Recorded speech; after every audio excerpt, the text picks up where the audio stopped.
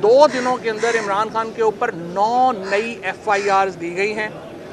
इस वक्त तहरीक इंसाफ का कोई भी लीडर जो आपको नज़र आ रहा है उसके ऊपर एवरेज 4, 5, 6 FIR तो लाजमन, और जितने आप ऊपर जाते जाते उससे उतनी ज़्यादा होती रहती हैं। आज जो मामला थे वो 3 मामला थे जिसके ऊपर कल आज जज साहब ने जो हुक्म दिया था, जिस तरह सुबह मैंने आपसे ये बात कही थी कि अगर आज लाहौर में और पाकिस्तान में कुछ अमन हुआ है तो उसमें लाहौर हाई कोर्ट का जस्टिस तारिक सलीम साहब का बहुत बड़ा कंट्रीब्यूशन है।